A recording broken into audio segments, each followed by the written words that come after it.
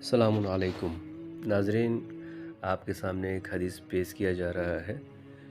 آپ دیکھ سکتے ہیں آپ کے اسکرین پر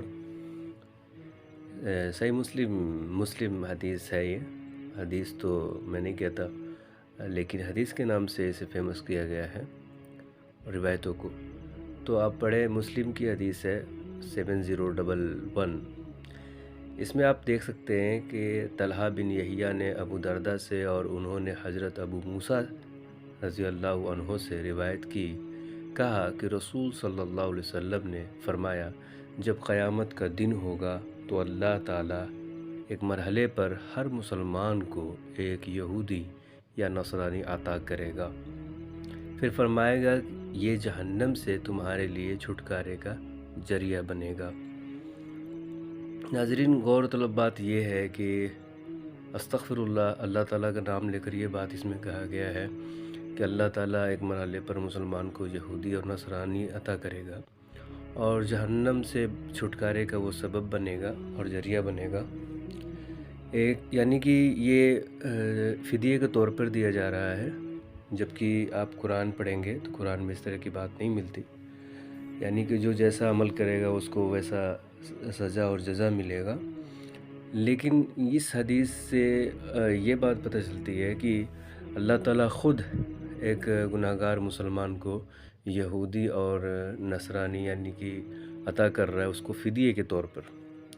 تو آئیے اس کو ہم دیکھتے ہیں کہ کیا یہ قرآن کی آیتوں پر کھری اترتی ہے یہ حدیث، جبکہ یہ بہت بڑی بہتان ہے اللہ تعالیٰ پر کہ اللہ تعالیٰ ایسا کرے گا، نعوذ باللہ۔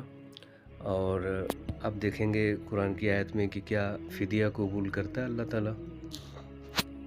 تو ہم دیکھیں گے قرآن میں کہ کیا لکھا ہوا ہے فدیے کے بارے میں۔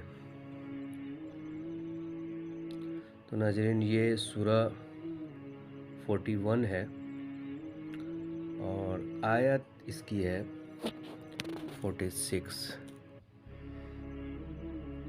اس میں دیکھیں گے تو لکھا ہوا ہے کہ جس نے نیک عمل کیا تو اس کے لیے، اس کے اپنے نفس کے لیے ہے، اور جس نے برائی کی سو اسی پر ہے، اور تیرا رب، آپ کا رب اپنے بندوں پر ہرگز ظلم کرنے والا نہیں ہے۔ یعنی جو عمل جیسا کرتا ہے اسی کے لیے ہوتا ہے، اور جو برائی بھی کرتا ہے اسی پر ہوتا ہے۔ تو آپ نے دیکھا اس آیت سے معلوم چلا ہمیں کہ جو عمل جیسا کرتا ہے ویسا وہ اس کے لیے جزا ہے اور اسی پر ہے، نہ کہ کوئی دوسرے کوئی سزا کا حقدار بنے گا۔ تو اب دیکھیں گے ہم سورہ 5 ہے، اور سورہ 5 کا آیت نمبر ہے 36۔ اس میں دیکھیں گے کیا فدیہ اللہ تعالیٰ قبول کرے گا۔ جیسے ہم نے مسلم کی حدیث دیکھی تو اس میں یہود اور نصارہ کو عطا کر رہا اللہ تعالیٰ جہنم سے چھٹکارے کے لیے مسلمان کو۔ بالکل ہی بے انصافی ہے ایک لوگوں کے لیے اور دوسرے لوگوں کے لیے۔ اللہ تعالیٰ جب کہ قرآن میں کہتا ہے کہ اللہ تعالیٰ اپنے بندوں پر ظلم نہیں کرتا، تو اس میں دیکھیں گے کہ لکھا ہوا ہے سورہ 5 آیت نمبر 36 کہ ان الذین کفروا لو ان لهم ما فی الارض جميعا ومثلہ معه لیفتدوا به من عذاب یوم القیامت ما تقبل منهم ولهم عذاب علیم۔ یقیناً جن لوگوں نے کفر کیا، اگر وہ واقعتاً ان کے پاس وہ سب کچھ موجود وہ زمین میں ہے، جو زمین میں ہے، اور اتنا ہی اور بھی اس کے ساتھ ہو، تاکہ وہ اس کو قیامت کے دن کے عذاب سے فدیے میں دے دیں، تو ان سے وہ قبول نہیں کیا جائے گا اور ان کے لیے دردناک عذاب ہے۔